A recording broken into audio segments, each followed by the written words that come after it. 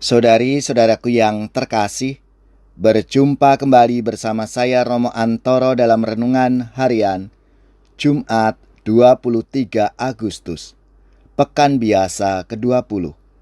Semoga kita bersama keluarga dan komunitas kita selalu dalam keadaan baik, sehat, dan tetap bersemangat.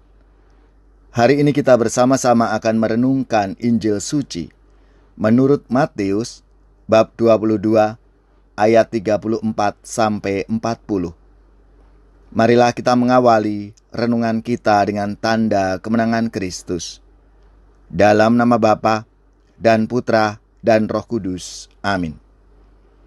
Ketika orang-orang Farisi mendengar bahwa Yesus telah membuat orang-orang Saduki itu bungkam, berkumpullah mereka, dan seorang dari mereka, seorang ahli Taurat, bertanya untuk mencobai dia. "Guru, perintah manakah yang terutama dalam Taurat?" Jawab Yesus kepadanya, "Kasihilah Tuhan Allahmu dengan segenap hatimu, dan dengan segenap jiwamu, dan dengan segenap akal budimu. Itulah perintah yang terutama dan pertama. Perintah yang kedua yang sama dengan itu ialah, kasihilah sesamamu manusia seperti dirimu sendiri. Pada kedua perintah inilah tergantung seluruh hukum Taurat dan kitab para nabi." Demikianlah sabda Tuhan. Terpujilah Kristus. Saudari-saudaraku yang terkasih, dalam sabda Tuhan hari ini, orang-orang Farisi, orang-orang Saduki, dan para ahli Taurat selalu saja mencobai Yesus. Seorang ahli Taurat bertanya kepada Yesus, "Guru, perintah manakah yang terutama dalam Taurat?" Sebenarnya, apa yang mereka harapkan dari Yesus dengan pertanyaan semacam ini? Mereka berharap Yesus menjawab bahwa perintah Taurat itu tidak penting, sehingga dia kemudian bisa dituduh sebagai penista agama. Ataukah supaya mereka bisa mengetahui lebih jelas posisi Yesus dalam memahami Taurat, sehingga mereka dengan mudah bisa menggolongkan Yesus termasuk pengikut aliran keagamaan Yahudi yang mana? Yesus menjawab pertanyaan ahli Taurat itu dengan mengatakan, perintah yang utama dalam Taurat adalah kasih kepada Allah dan kasih kepada sesama. Yesus juga mengatakan bahwa pada kedua perintah inilah tergantung seluruh Taurat dan kitab para nabi.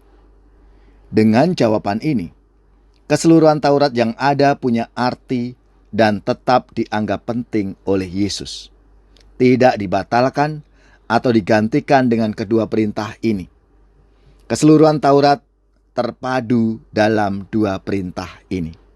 Saudari-saudaraku yang terkasih, kasih dalam bahasa Yunani disebut agape. Agape ini adalah bentuk kasih tanpa syarat.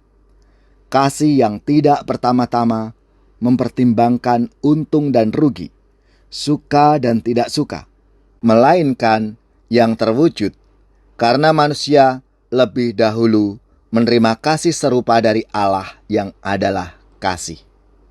Pada dasarnya, kasih seperti ini yang membedakan sikap hidup para pengikut Kristus dengan mereka yang menolak Kristus. Gereja lahir karena iman terhadap Yesus yang mewujudkan agape melalui pengorbanannya di kayu salib. Jadi, ketika dunia mengajarkan kepada kita peperangan, perselisihan, intoleran, dan permusuhan, kita bisa hadir dan mengajarkan dunia untuk berdamai dan saling mengasihi. Tuhan Yesus, ajarlah kami agar semakin mencintaimu dan mewujud nyatakan kasih-Mu itu dengan mengasihi setiap pribadi dalam hidup kami.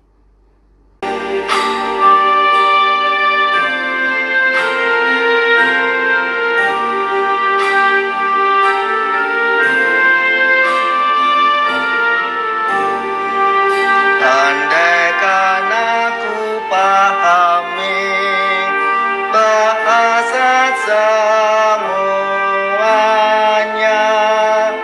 hanyalah bahasa cinta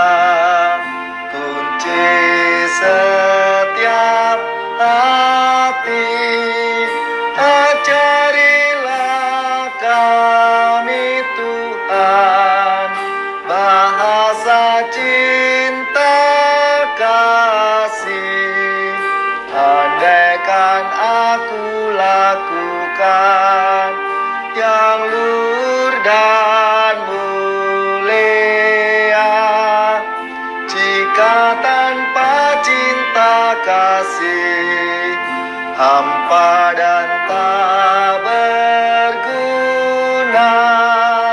Ajarilah kami Tuhan, bahasa cinta kasih. Andaikan aku dermakan segala harta milik, hanya cintaku yang mampu membahagiakan orang. Ajarilah kami Tuhan, bahasa cinta kasih. Cinta itu lemah lembut, sabar dan murah hati, tidak cari keuntungan, tidak megahkan diri. Ajarilah kami Tuhan, bahasa cinta kasih. Semoga saudari-saudara sekalian, keluarga-keluarga dan komunitas kita, orang-orang yang kita doakan, seluruh tugas, belajar, pekerjaan, usaha, serta karya pelayanan kita, dibimbing, dilindungi dan diberkati oleh Allah yang Maha Kuasa, Bapa dan Putra dan Roh Kudus. Amin.